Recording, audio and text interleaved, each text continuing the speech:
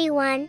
Let's talk about learning curves. We all remember learning to ride a bike, right? That terrifying, wobbly feeling? Now, imagine learning to ride that bike with no safety wheels and no brakes. That is fly casting. Think about it. Your fly rod is a bike.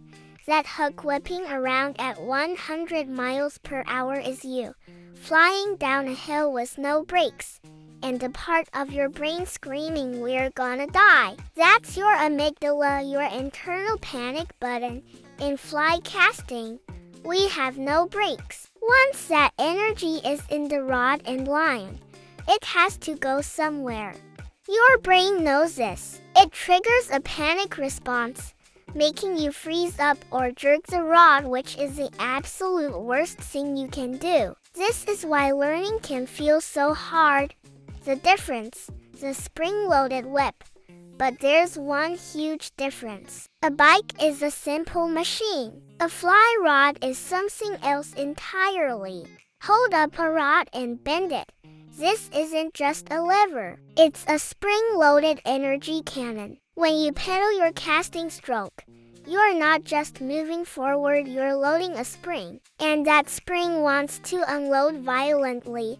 The single biggest mistake we make is treating this spring like a bike. We try to break it with an abrupt stop.